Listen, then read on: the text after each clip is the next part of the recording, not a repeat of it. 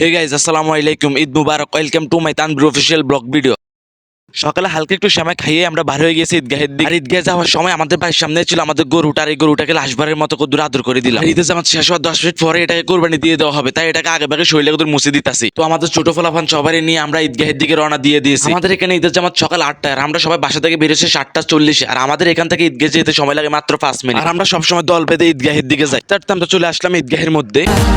ঈদ মানে সবার প্রতি শ্রদ্ধা ভালোবাসা, ঈদ মানে খুশি।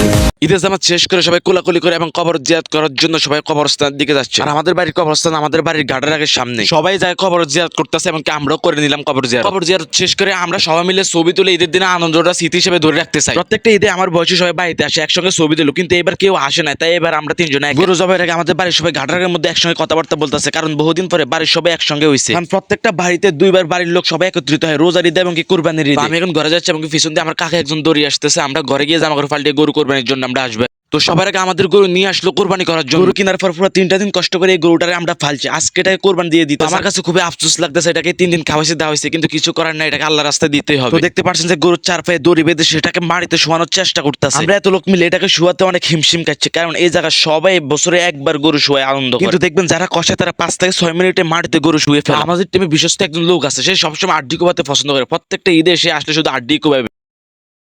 আর ভিডিওটি ভালো লাগলে সবাই চ্যানেলটি ফলো করে দিবেন। এরা বেশ লাগে